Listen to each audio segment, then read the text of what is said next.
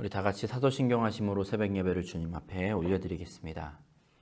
전능하사 천지를 만드신 하나님 아버지를 내가 믿사오며 그 외아들 우리 주 예수 그리스도를 믿사오니 이는 성령으로 잉태하사 동정녀 마리아에게서 나시고 본디오 빌라도에게 고난을 받으사 십자가에 못 박혀 죽으시고 장사한 지 사흘 만에 죽은 자 가운데서 다시 살아나시며 하늘에 오르사 전능하신 하나님 우편에 앉아 계시다가 저리로서 산자와 죽은 자를 심판하러 오시리라.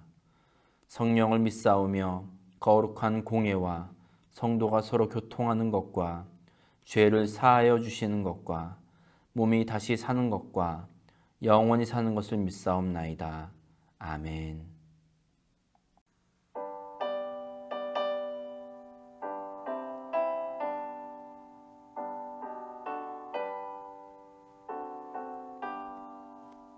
날 위하여 십자가에 중한 고통 받으사 대신 죽은 주 예수의 사랑하신 은혜여 보배로운 피를 흘려 영영 죽을 죄에서 구속함을 받은 우리 어찌 찬양 안 할까. 예수 안에 있는 우리 한량없이 즐겁고 주 성령의 위로함이 마음속에 차도다. 천국 음악 소리 같은 은혜로운 그 말씀 끊임없이 듣는 우리 어찌 찬양 안 할까. 이 세상의 모진 풍파 쉬지 않고 불어도 주님 안에 보호받는 우리 마음 편하다. 늘 깨어서 기도하고 저 천국을 바라며 주님만을 기다리니 어찌 찬양 안 할까. 5월 30일 오늘 우리에게 주신 하나님의 말씀은 사도행전 4장 1절에서 22절까지의 말씀입니다. 오늘 우리가 함께 말씀을 읽고 묵상할 말씀은 사도행전 4장 1절에서 22절까지의 말씀입니다. 우리 앞에 화면 보시고 우리 다 같이 함께 읽겠습니다. 시작.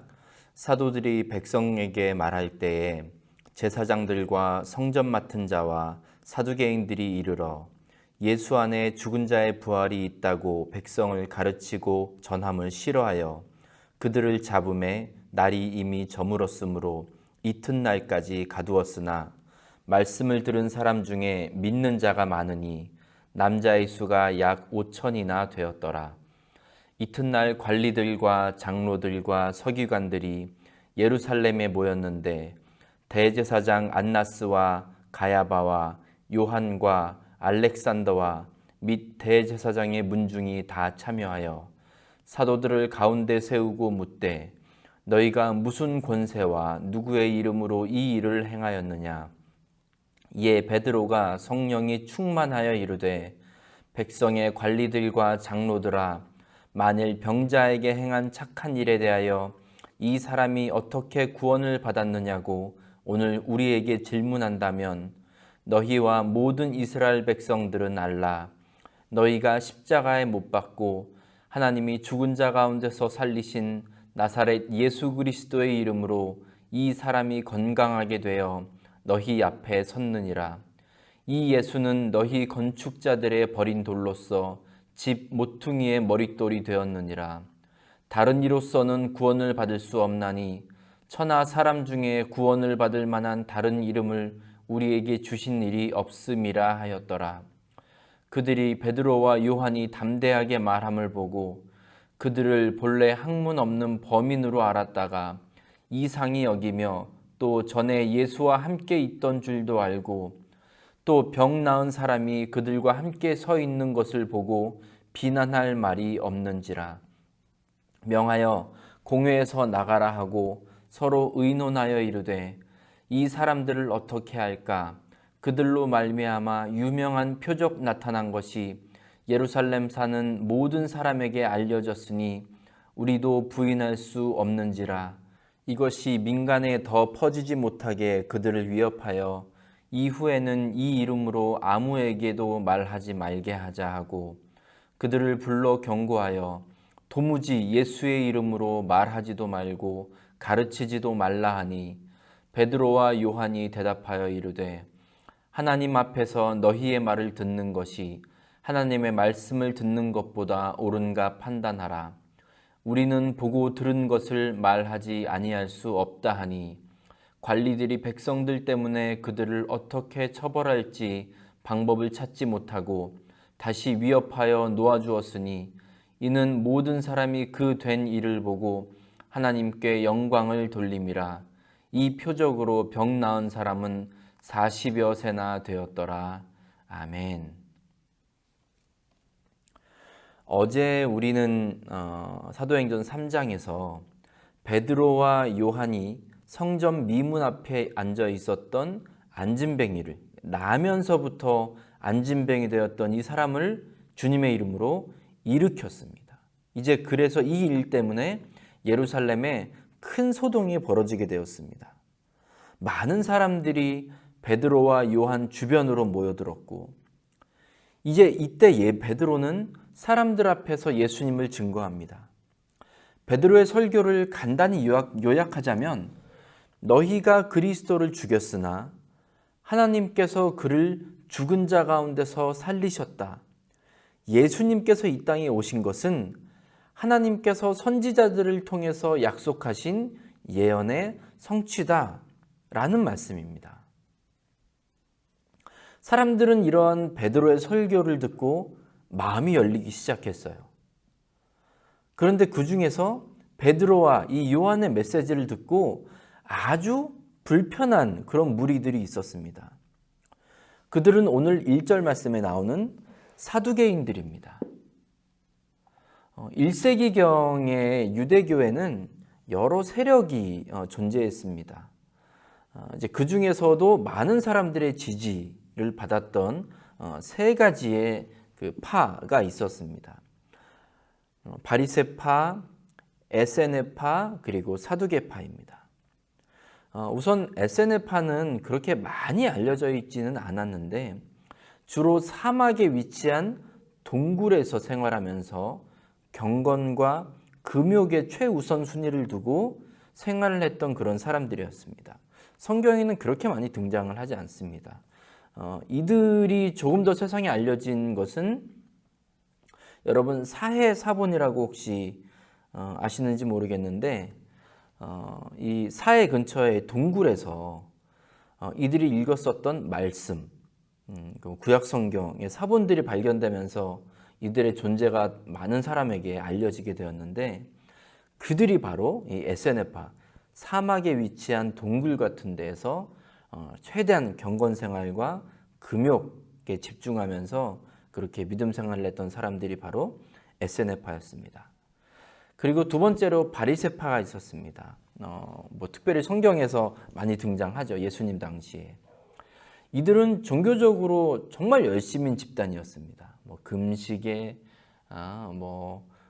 또 헌금에 여러 가지로 굉장히 열심히 하는 그런 집단이었습니다. 그래서 사실 많은 사람들에게 존경을 받았던 그런 집단이기도 했습니다. 유대 역사가 요세푸스에 따르면 예수님 당시 예루살렘 인구가 한 2만 5천에서 3만 명 정도 되었다고 하는데 그 중에 바리새인들이 약 6천 명 정도가 되었다고 하니 이들의 세력이 얼마나 컸는지 우리가 미로 짐작할 수 있습니다. 그리고 마지막으로 사두개파입니다. 사두개파는 오직 모세 오경만을 믿었던 사람들입니다. 그리고 이들은 정치적으로, 종교적으로, 그리고 경제적으로 이스라엘 전반에 걸쳐서 큰 영향을 끼치고 있었던 지식인들로 구성되어 있었습니다. 그러니까 부와 권력, 이 모든 것을 다 장악한 그런 엘리트 그룹들이었습니다. 유대 그 최고 법원의 역할을 했던 산헤드린 회원 중에 다수가 이들 사두개파 사람들이었고, 제사장, 대제사장 모두 다 사두개파 사람들이었습니다. 이들은 지극히 현세적인 성향을 보여서 이들은 내세를 믿지 않았습니다. 그러니까 부활은 더욱 믿지 않았겠죠. 또 천사 이런 영적인 존재에 대해서도 부인했던 사람입니다. 그러니까 지금 이들이 베드로가 설교하는 내용, 예언서에서 예수님께서 오실 것이 약속되어 있다. 그리고 그 예수님께서 진짜 오심으로 예언이 성취가 되었다. 그런데 예수님께서 돌아가셨지만 하나님께서 다시 살리셨다. 이런 내용들에 대해서 참을 수가 없는 거예요. 막 부글부글 끓어오르는 겁니다. 그래서 일단 베드로와 그 일행을 잡아들였습니다. 그리고 이들을 신문하기 시작하죠. 7절 말씀 보시면 너희가 무슨 권세와 누구의 이름으로 이 일을 행하느냐라고 이제 신문을 합니다. 요새 이제 많이 쓰이는 특별히 좀 젊은 사람들 사이에 쓰이는 말 중에 듣보잡이라는 말이 있습니다. 듣도 보도 못한 잡놈, 이걸 이제 줄임말인데 듣보잡. 그러니까 다시 말하면 배경도 별로 없고 학식이라든지 백이라든지 이런 것도 전혀 없는 사람들, 이런 사람들을 비하하는 말로 그렇게 쓰이는 말입니다. 이게 돈 많고 잘 배우고 권력을 가진 사두개파인들의 입장에서 볼 때 지금 이 제자들의 모습이 딱 그런 존재였어요. 그만큼 꼴보기 싫은 겁니다. 게다가 오늘 말씀 4절에 보시면 이 베드로와 이 제자들의 메시지를 듣고 남자만 5천 명이 믿었다고 했어요. 그러니까 얼마나 더 이들이 눈의 가시였겠습니까? 불과 얼마 전에 이 예수라는 인물 때문에 예루살렘이 정말 시끌벅적했죠. 이제 좀 그 소동이 잠잠해졌나 싶었는데 이제 또 새로운 무리들이 나타나서 사람들에게 막 목소리를 높여 예수를 증거하고 있으니 말입니다. 그런데 이때 잡혀온 베드로와 이 일행의 태도를 한번 보십시오. 우리가 일반적으로 생각할 때에는 권력자들 앞에 서면 주눅이 드는 게 좀 자연스럽죠. 당연한 것 같죠. 나는 아무것도 아닌데 권력이 많은 사람, 돈 많고 명예 높은 사람, 이런 사람들 앞에 섰을 때에는 왠지 좀 내가 더 별거 아닌 것 같고 이렇게 느껴지는 게 당연할 거란 말이에요. 이 베드로와 이 일행을 향해서 이 사두개파 사람들, 이 제사장 이 사람들이 얼마나 위협을 했겠어요. 얼마나 무시하고 이들을 얼마나 겁줬겠습니까? 그런데 너무나도 놀랍게도 베드로는 정치, 경제, 종교 리더들 앞에 서서 두려움이 하나 없이 당당하게 말을 하고 있는 겁니다. 어떻게 이 일이 가능했습니까? 8절 말씀 보시면 베드로가 성령이 충만하여 이르되 라고 했습니다. 이들이 이렇게 권력자들 앞에서, 가진 자들 앞에서 당당하게 말할 수 있었던 이유는 오직 성령 충만함 때문이었습니다. 주님께서 십자가를 지셔야겠다고 말씀하실 때 막 혈기를 앞세워서 반응했던 사람이 바로 베드로였습니다.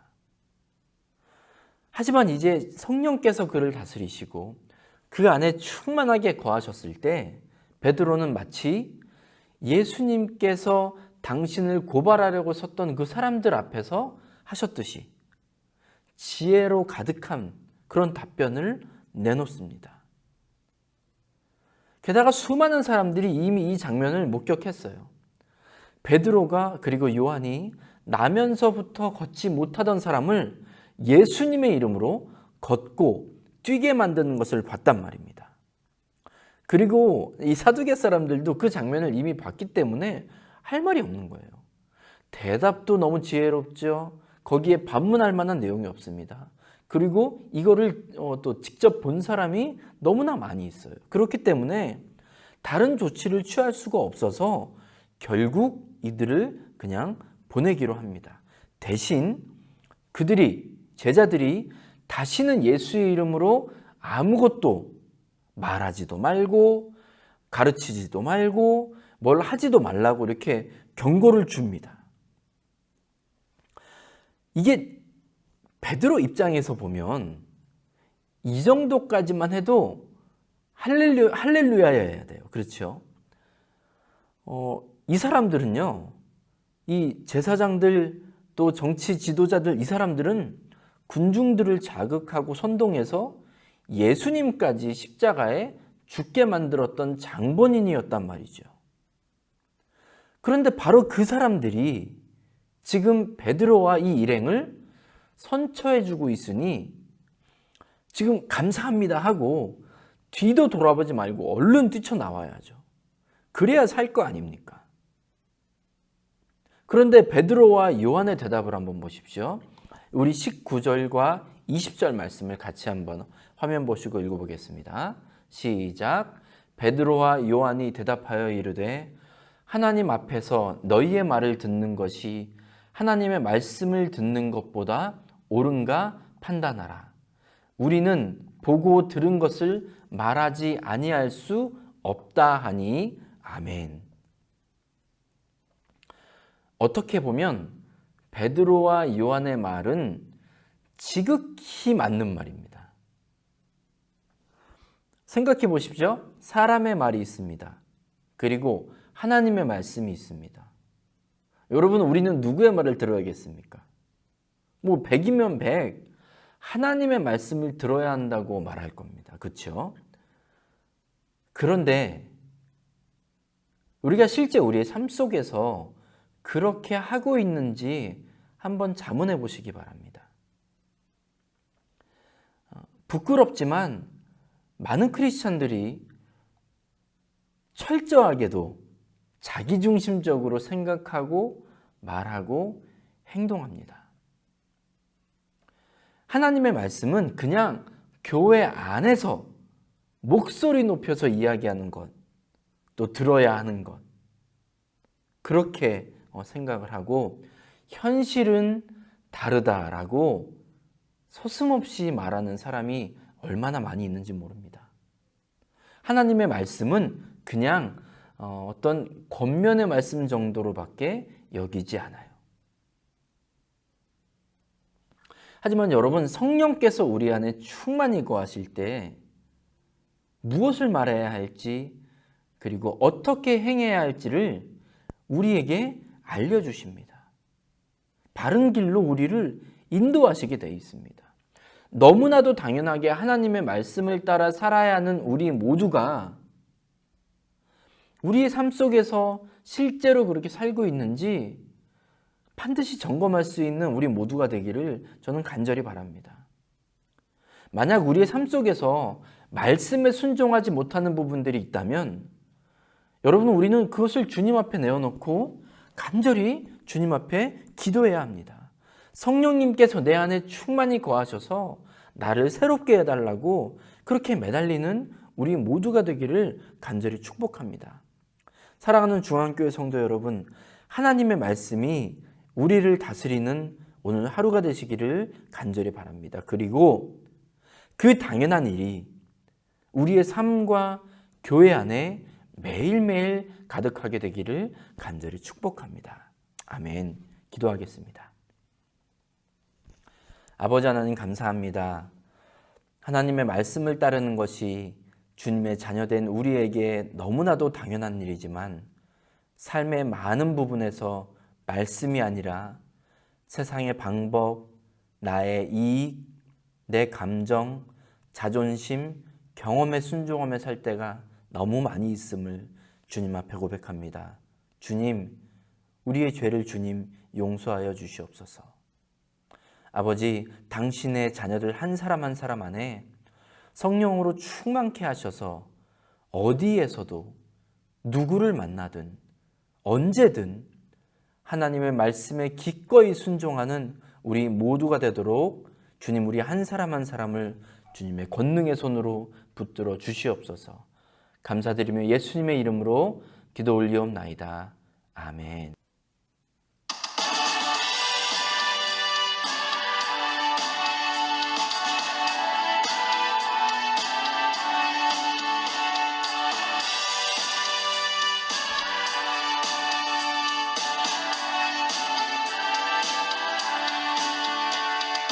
선한 목자 되신 우리 주 항상 인도하시고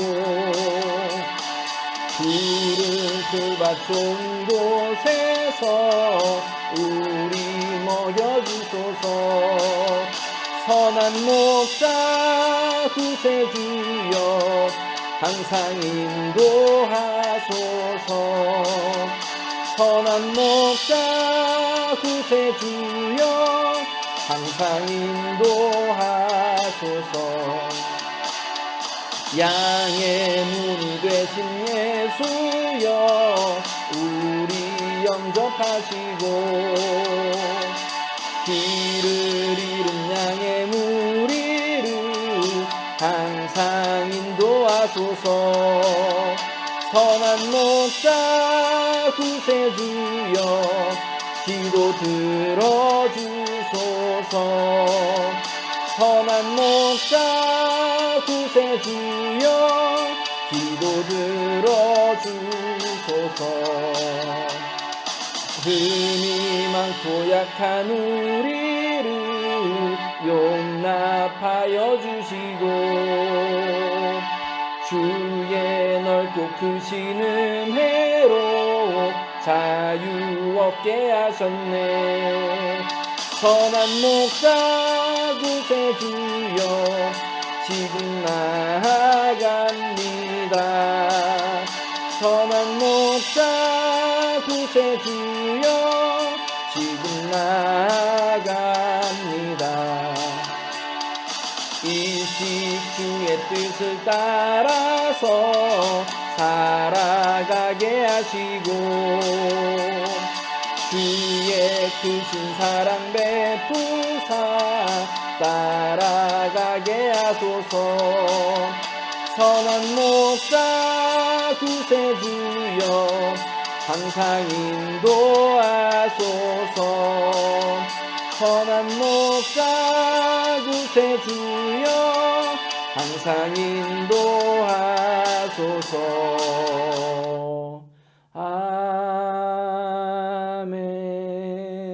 아멘. 주기도문 하심으로 예배를 마치겠습니다. 하늘에 계신 우리 아버지여, 이름이 거룩히 여김을 받으시오며 나라가 임하시오며 뜻이 하늘에서 이루어진 것 같이 땅에서도 이루어지이다.